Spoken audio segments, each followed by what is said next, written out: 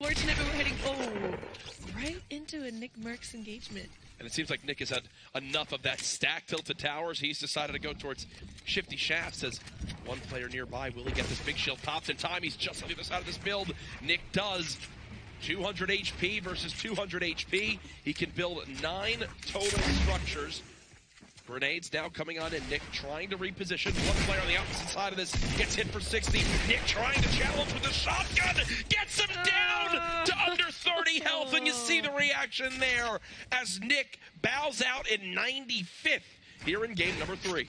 Yeah, that's got to be frustrating for him. He's been playing a lot of different play styles, trying out different landing spots, and it's just not working out for him today in Shifty Shafts. Tough start if you're a fan of the M-Fam there. As thankfully for Nick, there's many more games to come, but we've had more action go down. Slobbings, one of the new players I've had the opportunity to meet this week. Great dude. Here's his limb. The dual pistols, and man, these can shred. When they hit, Kitty. they hit. Yeah. I typically don't pick up the dual pistols, but when I'm left with them and don't have a lot of other options, they're pretty satisfying to use. Oh, for sure. Absolutely is. Now we're looking at Slobbings moving towards Big Gray. We've had some skirmishes, Kitty, where there was no one landing in tilted towers. This time around, a very, very hot drop. Slobbings in this build battle with none other than Aydan. Trying to challenge with this rare pump shotgun. Another look at those dual pistols again. They can shred through those walls and catch your opponent off guard very quick. Yeah, but these guys got to be careful. I think everyone in Tilted has been taking advantage of these 1v1 engagements and watching from the other towers. Anytime they have their back peeking out, the other players are taking shots on them. But it's a great point. It's a great point. You see Aydan turtled up here, waiting for maybe Slobbings to make a play on him, but he's sitting on the high ground, hoping that maybe Aydan, his aggression will take the best of him. I know he mentioned wanting to play a lot more passive and play for that late game, but here he finds himself in another early engagement. Yep. And that's exactly what we're talking about right there. Ifa, here's some of this engagement going down. Just takes his head on out of Big Gray for a moment. There's a challenge from Slobbings. Gets the first shot onto Aydan. Not a lot of damage. He knows that, so he won't get too overly aggressive. I think he would have gotten a little bit more, as they say, W key.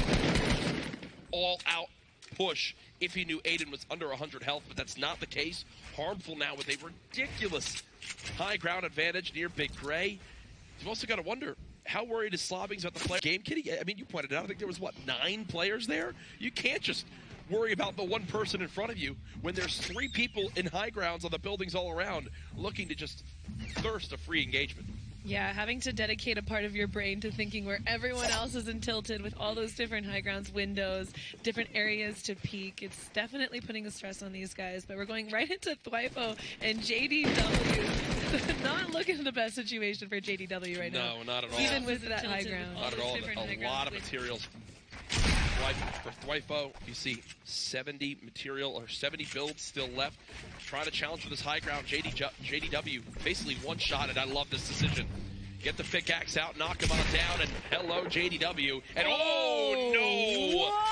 Then take the L as well. Oh my gosh! Ooh, 3 times in a row. That's tough. Giving him a 1L dance, yeah. We're giving him 3L dances, dang. Yeah, okay. Toxic, as I think Twitch chat would say in this moment. Slobbings and Aydan still going at it. They've now moved to the bottom side of this L's building. No one really too close, but now as you look at the minimap, actually, one player getting near. That's Sam just on the other side of the wall. Aydan still just bunkered on up, hiding. Doesn't have the health advantage. Slobbings still has a ton of material to work with. 10 structures, which is a lot for this early game at Tilted. And Ifa now, here he is, dynamites in hand, dropping them all down. This is about to create all-out chaos. Yeah, finally looking to get involved. Ifa was sitting inside of that tall gray building for most of their engagement, taking advantage of that dynamite. And Aydan, he's definitely not wanting to get into a sandwich position here, looking to rotate towards the brick building. But he's got to be careful. He's got to be careful. There's a ton of players here, and he doesn't know if anyone is in here. We did see Tendons up in the top, but it looks like he did take a chance to go and rotate to the next zone. Oh, actually, they are in zone perfectly, so I'm not sure where Tendons headed off to. No, he's probably like, you know what? I've had enough of this. Everyone's just hiding. This is just not worth my time. POACH and Monster in a little build battle of their own. POACH with the high ground for the moment, but lacking in the health department. Just know that 53 builds still left, and these explodes are going to be perfect to drop POACH on down. Here he comes, folks. He does land and doesn't take a ton of fall damage. Monster, he's fighting this in the zone. The 50 health that he would get from this would be worth his time, but he just gotta get this done. He's going all the way up. Posey with a great shot. That health advantage that was once dominant in favor of Monster, no longer the case. Seems like he's actually gonna stop and medkit as he thinks it is no longer worth it. Both players are going to stop and medkit. This is going to be an even fight back at right around 100 HP. Yeah, and they both have that campfire at their disposal, too. Popsy with 15 bandages, though, so he does have the advantage for this storm fight and has the high ground, but it looks like Monster's going to try and take all of this build down, make the scale even again. They are deep in the zone right now. I do not think Monster could have ever expected this fight to go on for so long. Every advantage Monster once had is gone. The height advantage, gone. The health advantage, gone. And now Posey is just commanding exactly when he wants to drop down and engage on this. It looks like Monster, though, has made a quick move to try to get on up, a fast ramp switch, but it's not enough. Posey reads it, challenges now players both under 20 health. The Storm's their biggest enemy for the moment. Monster, that's one he definitely wants to take back, Kitty, as I'm pretty sure he fully expected to take that fight with ease, but it wound up not being the case. And Popsy got all those shots on him with that green tack, too. Impressive. Very impressive. Aydan finds himself in an engagement with Tendons, who was the one at the brick house in that corner of Tilted, but it looks like he still hasn't taken any shots. Aydan was definitely harmed there. Oh, for sure. Still going on in these fights, and we're actually looking at the map. We can see the full map of players, and it is insane how deep in the zone Posey is towards that top side because of how long that fight went on for. Nobody is even near him, so there's a silver lining. You see, look at that one arrow all the way out by Lazy Links. Took that long. Yeah, fortunately he was able to get that other campfire and his own campfire, plus the 15 bandages. He should be okay if he's able to make his way in now, which it looks like he is starting to do, but not a great situation, especially considering the next zone is in that bottom left corner of the map. So double far rotation coming up for him, and we wish you the best, Posey. Good luck, my friend, as we'll swap on over to the southern side of the map. Vide, near the top of that mountain, and Funk Bomb just ripped it right there. And yeah, he's going to instantly rip it. I'm going to tell you right now, I think Funk Bomb's going to look up and try to shoot him down. Here they go, the shots. Can he get tagged? Juggling with this glider, trying to make as much movement happen as possible. Now Funk Bomb's on the aggressive. He's got 4 HP left, and the Storm Surge warning is kicked on in. And 1 mini. He's going to be sitting on 29 health. It's ideal. I think that's ideal to be it. But he's alive, and I think that's all he cares about right now.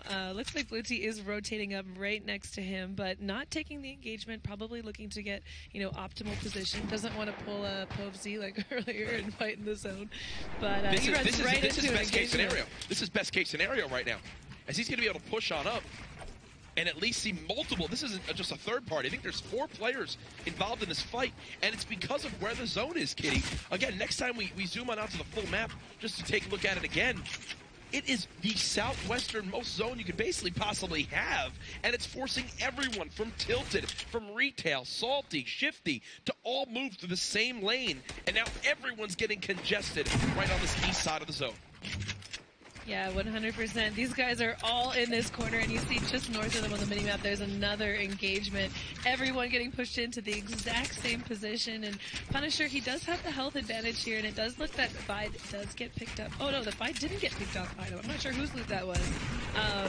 They're having a fun little time here. Oh yeah, no, it's a little bit of a panic building coming on in from Punisher. He's got a player above him, player shooting at him from the east. Blue Tea has dropped to the low ground for right now. Vide just above, as he's going to be trailing that same build as well. And again, when these zones move so far in one direction, it kind of forces these little awkward areas where they're already close to each other in these builds, and you'd think there's still a ton of zone and area left on the map to get congested at, but still. Everyone's stacking up now. POACH now with grenades landing just next to him. Will he get tagged by any of these? And he has Ronin rotating in behind him. Not the best position to be in for POACH right now, but looks like he's just turtling up. He is in the zone, so he will be safe for now. Jeez, he had 14 grenades to use at that legendary grenade launcher, and Ronin just said, this is just not worth my time. Ending. He really tunnel visioned with a lot of those there to get nothing. You can see Punisher trying to just get some sort of elimination on the board, expecting these players pushing out of the zone to be weak. But got to give props. Both POACH and Ronan escaped the threat of the legendary grenade launcher without taking a single point of damage. Yeah, and these guys are in a good position. They're pretty close to the next zone. They won't be having to make as big a push as they did in the last one. So POACH already looking to get a better position, has the ice skates on for a little bit, and he does get in the zone. So he's got to be feeling pretty comfortable, and now he can just sit, relax, and take shots and hope he can get those extra eliminations to get him a point on the board. About 1,000 materials in total. You see Ronan now using his campfire to heal on up. Pate versus Schmeck again in one of these fights right on the eastern side of that zone. We haven't shown any focus to the west side of the zone. They trade the limb! Did he get traded? No, he didn't. 10 HP left. Oh my goodness. When I saw him drop in, I was like, oh no, it's going to kill him. But then with the health on the elimination. He's got 10 seconds for the zone. Oh no. This campfire's campfire. And he's going to pop bandages. He's going to try to get as much health as possible from this.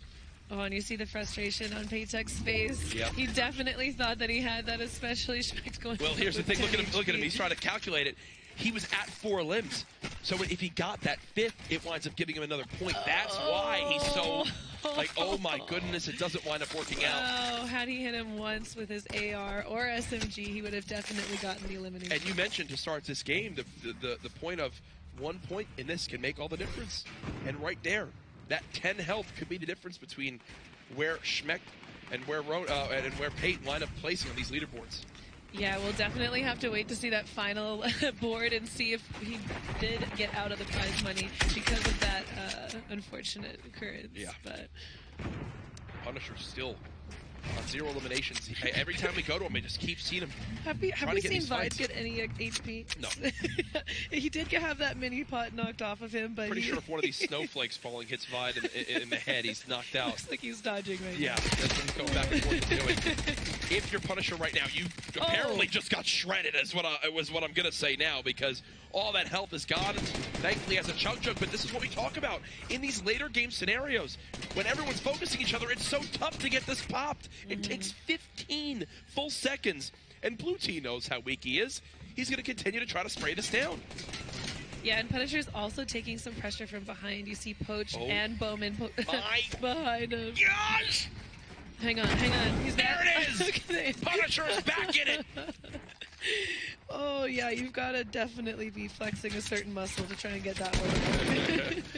There it is now. Blue Team, no healing left. Only 56 HP, 26 HP. This could spell disaster. Punisher, who was just on the back foot, trying to get the chug jug to be used, and Blue Team kept stopping him.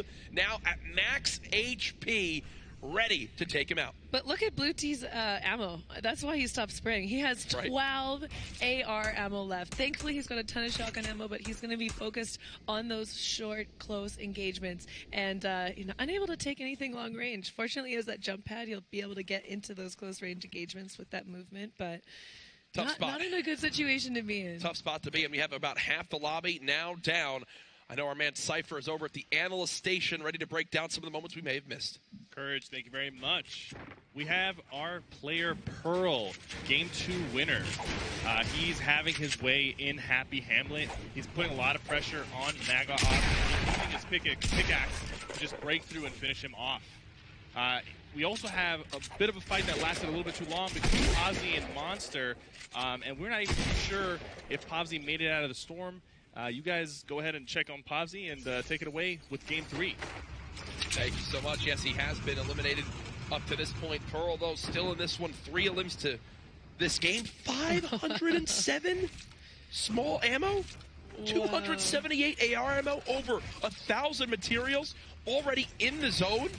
Max shields in minis, and he's already got a big as well.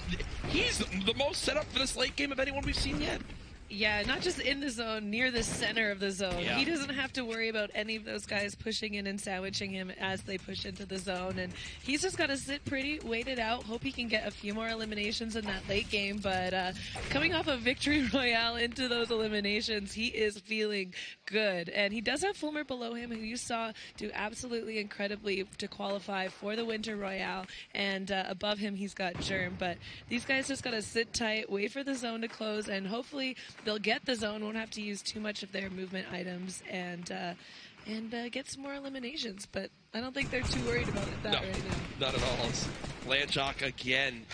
When one person begins to fire at you, it seems like everyone does because they see someone's got to be vulnerable right now. Nolan, our Winter Royale champion, looking to see if he can continue to add more incredible titles. Those sticky grenades getting thrown out on him. Lanchok is building for his life right now. And yeah, you see that side third party on him, taking that elimination, and that's the risk you have. Thankfully, Nolan's going to be able to get the loot from this, but when you do all the damage and that third party takes that elimination and that health that you were trying to receive, it's got to be frustrating for these players. Oh, for sure. Well, there's no doubt about it. Grabbing everybody can get. Great job noticing the AR ammo on the ground. You see him sliding around, trying to pick up any little bit. Like, right there, that was, what, 60 brick? And with all that metal on the ground, exactly, what I was going to call out is he's going to begin to branch out here, spam these builds. He quickly looked at how much metal it was, and you might be thinking, gosh, why is he burning through all this? Watch this. He just used over 300 materials, goes back, immediately maxes on out, and you saw more metal drop again. So he's going to keep on building and keep in mind that he has more materials to go back and grab. A sign of a great player. Ooh, Pearl picking up another elimination. Does take that slurp to hopefully get out of the zone. As he's nope. Gonna, oh, no. Nope. Oh. It's almost deceiving, right? Because there's so many players alive in these late games that typically, if you're used to playing, you're like, oh, how much could this zone hit for? Probably 1 or 2 because there's only 33 left. No, we're in the the 5th, going into the 6th zone of the game, and at this point, it hits like a truck. More metal has been grabbed now from Nolan. Love to see this. Wondering if he'll go and try to grab these little materials on the left. It does appear so. And who's there in the top middle of your screen? It's Tfue building on up, getting the high ground. As he's still alive, 3 eliminations so far in a relief position, and oh God! Caster's curse is real. He gets ripped for 150 plus from that heavy sniper rifle. Yeah, that is not a good feeling. He was looking for that peak, hopefully get a few more eliminations. He is sitting on 3, so 2 more will get him another point on the board. But when you get tagged like that, now he has to decide, should I be playing passively? Are these guys hitting? Oh! Wow, we just tuned in to Tfue in arguably the best position he could imagine to then being dead in moments. It shows just how much you have to account for. And that was none other than Bizzle, one of the other top 10 earners in Fortnite competition history, taking him down. The next zone has begun. You hear all those gliders. It's everyone using their launch pads, using their redeploys. Now over to Ghoul, who's currently playing the low ground, still can build 44 different structures. Drops out a launch pad and he'll just fly right towards the opposite side of this moving zone. Yeah, and he's got a nice loadout. He's definitely going to be happy about having that legendary pump for that late game. And right away, he gets the position that he wants on the zone as far as he can. But that ice is messing him up. Yeah, the ice making him slip and slide all over. Not the ideal scenario. And you mentioned the inventory. Unfortunately, no shields he can use now, so it's all going to come down to the little bit of HP he has. On the bottom right of your screen, you see Bizzle, currently at 3 eliminations himself. Has a launch pad, still has some AR ammo, 1,000 SMG ammo in that compact SMG. So close range, you can spray to the end of this game. 19 players left. Remember, top 10 earn a point for placement. Bizzle already with 1 point this game for the amount of eliminations he has. Yes, and all that shield too. Bizzle sitting in a great position moving into these final moving zones, and he's a meticulous player. He knows exactly where he needs to be positioned. He has a great game awareness, so he knows where everyone is, it always seems. This is where he excels, right? These are the moments why he's regarded as one of the best players in the world, and it's because of how he builds out, how he knows how to branch to different structures. He makes it look so easy. Now deciding he's made it far enough in the zone where he can turn around and look back and try to potentially farm a free limb, holding on that launch pad. But Kitty, the one thing I want you to take note of, 18 builds left. Not a lot to his name. He's definitely going to be looking to try and get another elimination and hopefully get some of those bonus materials off of them moving in. One position that Bizzle does not like to be in is one that he cannot build through. Yeah. So. It almost seems like right now he's just direly waiting for the top 10 to be in place. The materials will fall right in front of him. He's got one just above, tries to drop him on in, doesn't wind up working. Only 7 builds left. 5 builds left. Launch pad, but hits his head. And just like that, he's stuck in the low ground. He's skating all around. There's a reason he's got the figure skater outfit on right now, as he's just slipping and sliding all over. He does pick up some resources, but it doesn't look to be too many. It looks like it's just the scraps, but he does have the position for the zone and top makes 10. a push for Speakeros with 5 eliminations, though, in the bottom right of that screen. Man's going nuts. Here's another opportunity for a 6 elim. goes quite quickly onto blind. 147 total hit points for him. Top 5 now as players continue to earn more points for these placings. Vicaros trying to drop on down. He's got one player just below. CBK Flame on the low ground, and oh my goodness, our duos winner from yesterday, Seth. 200 HP, ultimate high ground as well. He's going to continue to branch out. Bizzle, bottom right of your screen. Vicaros, top right of your screen. The overall look at everyone now. 5 players remaining. Who will come out on top in Game 3 to set themselves up with a chance as we move on with the rest of the day. The zone still moving forward. Vinny alive in this game as well. He goes down. Flame drops 2. Bizzle now the target. Saf ready to get involved. It's a 1v1. Saf wants the fight. But Vicaros looking for his 8th elimination. Trying to drop on in. He places a trap. Will he bait him on in towards the structure? It doesn't appear so as of yet. He's out of materials. Oh no, he's out of materials. The pump comes in, but it's not enough. Saf, 6 elims. The victory royale. The man might go and get on top of the leaderboard today for solos now, Kitty. Absolutely incredible gameplay coming out of Saf today. Able to secure 6 eliminations. One more would have put him into that 3 points, but I mean, getting that victory royale and those 2 points for the eliminations, he's got to be feeling happy. I saw a ton of people online saying Saf after the performance yesterday, and from what we've seen in these skirmishes, he's got to be regarded as one of the better players in the world, one of the top 10, and moments like this will only continue to solidify that. Vicaros tried to do what he could. You see great damage there, but it's just too much HP for Saf, and to be quite honest, look at his inventory. He could have kept on going. He could have kept fighting and kept playing for more zones. Yeah, he was ready for 12 more zones, it looks like. Right. Yeah, Saf, he's got an unbelievable way of navigating the zone. He does not fear that storm tick damage. Now, I know a lot of players, when they start feeling that damage coming in on their back, they freak out and they get worried. But he's running in and out of the zone, 100%. taking advantage of those angles and those opportunities that take players off guard. Just excellent gameplay. 2 days in a row now, Saf. Well played. Brilliant from Saf right there as he continues to prove why he's one of the best players in Fortnite, but so much happened in Game 3. Too much for us to just comprehend. So I've got some help from the brilliant man, Cypher. Thank you so much, Courage. I appreciate that. We got some really good fights in Game 3. Let's go ahead and take a look at some of the action right here. Starting us off, we got Tfue using the backboard and the grenade launcher to put a lot of pressure on Base Soldier and taking him out as well. Later in the game, Tfue showed us his expertise with his aim and his AR, getting a few eliminations using the Scar from the high ground on players who are pushing into the storm. Right here, he takes advantage of a few of these players, hitting some really clean shots, securing these elims, and as you see right here, because of his early game positioning on the high ground, he was able to take out those players as they were moving in. Vicaros with 3 elims, securing a couple more as he drops down from the high ground. His positioning right here is extremely well thought out. He's looking for people who are moving into the circle, and he just gets to jump on 2 quick players right there, securing his 2nd points from this game. Let's go ahead and kick it back to the casters, guys. 3 games down, 3 more to go. Thank you, Cypher. The man knows a lot about Fortnite, and he shows it right there, his passion shining on through. Kitty, I just received an update about the standings, and I'm going to let them speak for themselves after what we've seen today. Ladies and gentlemen, Saf 6 places on top again. Absolutely outstanding job. 13 eliminations, 8 points. He's got to be feeling really good going into the next half of these matches. Saf, brilliant performances so far. That rounds out the 20 that you see right there, but you don't want to hear from us anymore. We've got Saf on the floor after his incredible performance yesterday and now today. I don't even know how he does it anymore. Insane stuff. Take it away.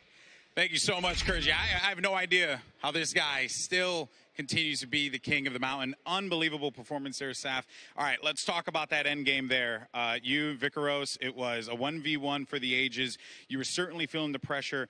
There was a trap thrown down. I know that there may have been some concern there at that moment. Walk us through the final moments of that game.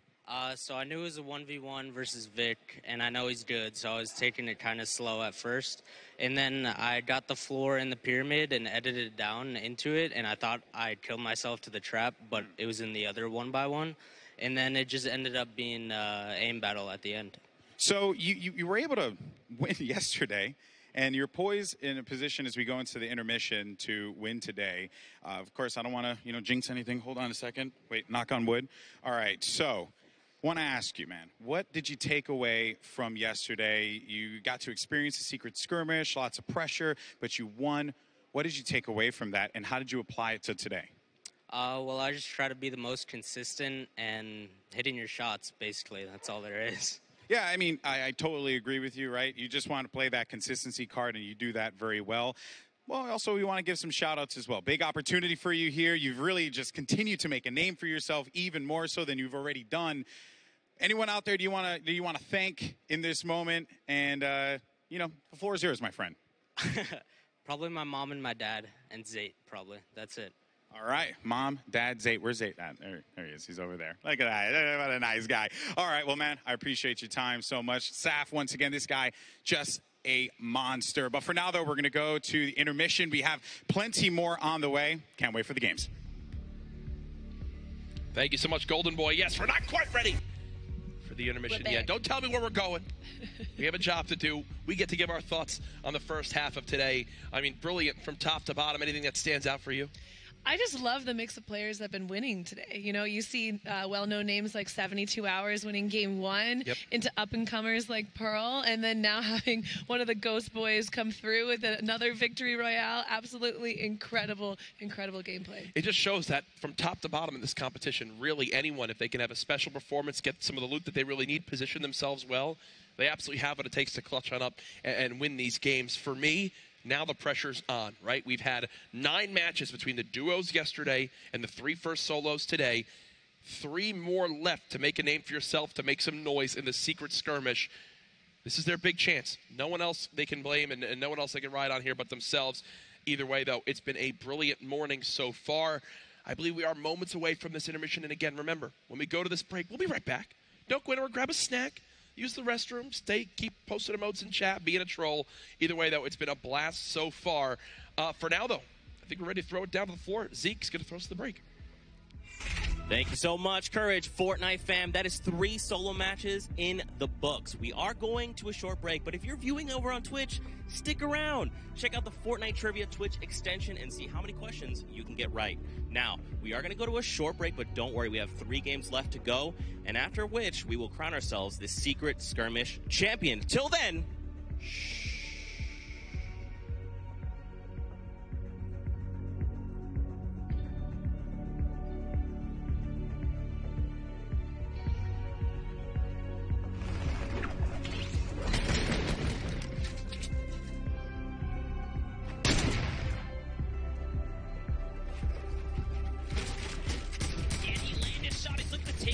High ground here, and he doesn't. It's 72 Hours who fall.